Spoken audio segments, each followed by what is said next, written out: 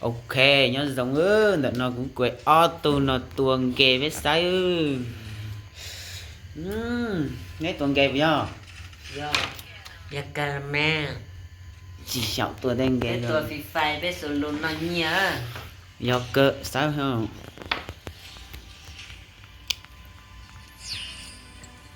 ô liềm bánh tóc chiến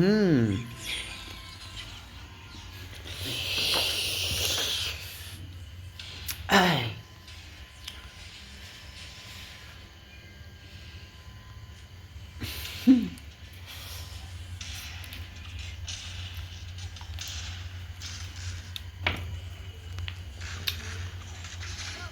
sợ tua đây phí phai quá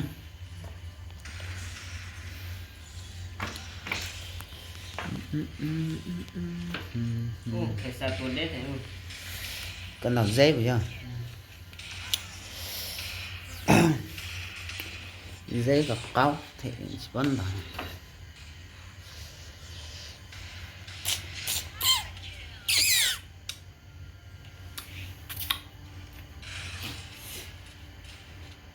Chọn thòng cao à. là quên là chỉ có hai tệ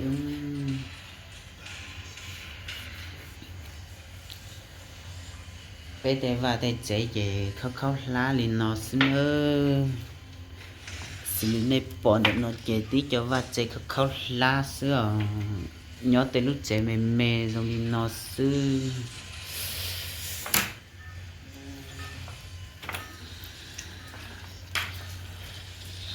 Ô.